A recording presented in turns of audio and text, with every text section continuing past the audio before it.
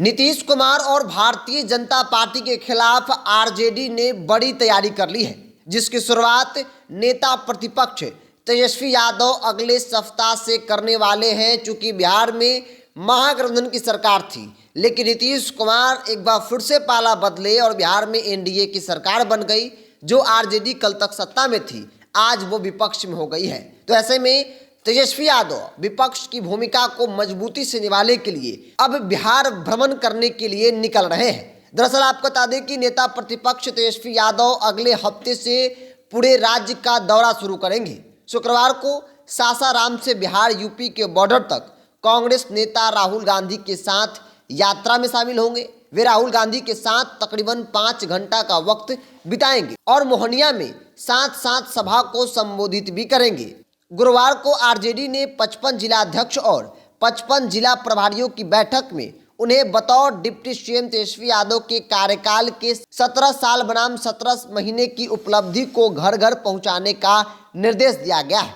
बैठक का संचालक प्रदेश प्रधान महासचिव रणविजय साहू ने किया। राष्ट्रीय महासचिव भोला यादव ने बैठक के संबंध में पूरी जानकारी दी। तेजस्वी यादव ने कहा कि वर्ष 2020 के विधानसभा चुनाव में जो संकल्प हमने लिया था और जनता के जो वादे किए थे उसे पूरा कर दिखाया गया है। ऐसे में 17 साल बनाम 17 महीने की लड़ाई है और इसी मुहिम को लेकर जनता के बीच घर घर जो है वो जाया जाएगा। तो कल तेजस्वी यादव ने एक बड़ी बैठक की, जिस बैठक में तय हुआ कि आगामी लोकसभा और विधानसभा चुनाव में कैसे आरजेडी घर घर में जाकर आरजेडी और महागठबंधन सरकार की उपलब्धियों को बताएगी। और इसी कड़ी में अगले सप्ताह से तेजस्वी यादव बिहार के भ्रमण पर निकलेंगे। अलग अलग जिले, अलग अलग विधानसभा, प्रखंड वाइज वो सभा करेंगे, लोगों से मुलाकात करेंगे, कार्यकर्ताओं में एक बार फिर से वो ऊर्जा भरने का काम करेंगे। तो आरजेडी ने एक बड़ी प्लानिंग भारतीय जनता पार्टी और एनडीए के खिलाफ की है।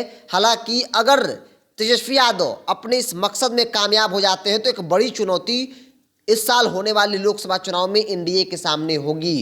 क्योंकि आरजेडी अब ग्राउंड पर होगी, तेजस्वी यादव ग्राउंड पे होंगे।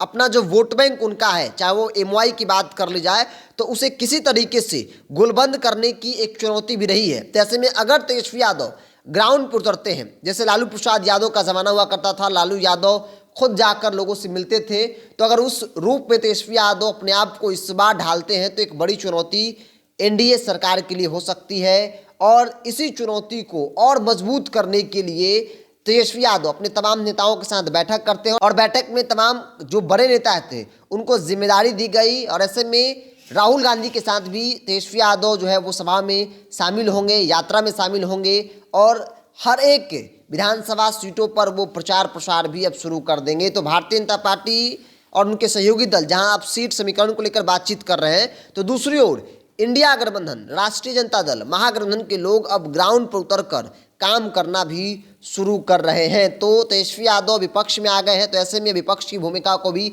मजबूती से निभानी है, जनता का मुद्दे को भी उठाना है। तो ऐसे में अब जनता के बीच जाना है और तेजस्वी यादव ने तय कर लिया है कि जनता के बीच जाएंगे और हमने जो काम किया 17 महीने में, उन 17 महीनों के कार्यकाल को, काम को, उपलब्धियों को जनता को बताएंगे कि हमने जो वादा किया था उसे पूरा कर दिखाया गया है और आगे भी मौका मिलेगा तो हम ऐसे ही पूरा करते रहें।